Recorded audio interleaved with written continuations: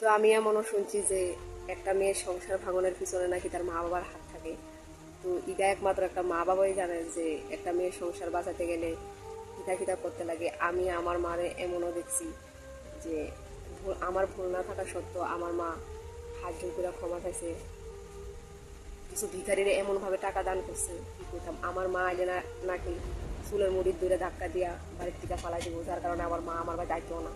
তো একটা কথাই কমে অনেক হিসাবের খাতা বদ্ধ করে রয়েছে, শুধু সময় আইলে এক একটার মুখোশ এমনভাবে টাইম না খুলুম আর এমনভাবে জবাব তুমি যে ভাবতেই পারতো না। শুধু সময়ের অপেক্ষা করেছি, কারণ জবাবটা সময় দিব।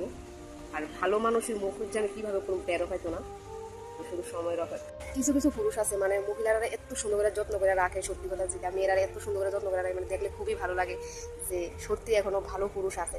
আর কিছু কিছু পুরুষ আছে মানে বউরার উপর এত টর্চার করে, এত অশান্তি করে, যদি থাকতো না পারে জায়গা না, তখন করবো টাকা লুবি, আমার টাকা নাই এলিগা গেছে গা, আজকালকার মায়া ফেন টাকার পাগল, এইসব করি। মানে সামর্থ্য অনুযায়ী কিছু দিতেও পারতোই না, আর অশান্তি টর্চার করবো এই সাইডা দেয় মেয়েরা টাকা লোভী, টাকা লেগে গেছে।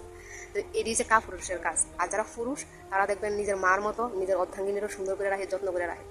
এটাই হচ্ছে পুরুষ আর পুরুষের মধ্যে তফাৎ আর কি। কিছু মানুষ ভাবে যে একটা মা বাবা তার মায়ের বিয়া দিছে মানে বেশ চালাইছে, সোজা কথা যেটা বেশ চালাইছে, মানে তাদের মায়ের উপরে শত টর্চার করলে কিচ্ছু কইতো না, মানে তার কাছে দিয়ে রাখো টর্চার করো, এটা খুব ভালো। কিন্তু তুমি যদি মানে মেয়েটা কষ্ট করে এটা জানছে, তুমি যদি লয়ে যাবো, তাহলে তোমার মতো খারাপ কেউ নাই।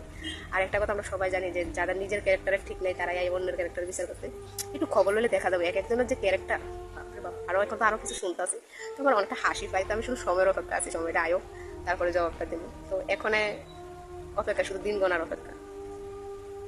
একটা কথাই আছে, আজকে দিন তোমার কালকে আমার, ভগবান সাথ দেয় সাইডা দে না।